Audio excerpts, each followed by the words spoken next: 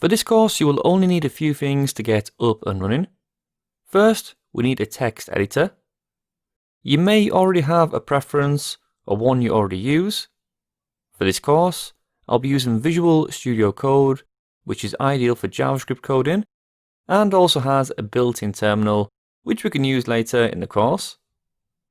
You can use any you like, but here are some popular text editor options, such as Atom, Brackets, WebStorm, and of course Visual Studio Code.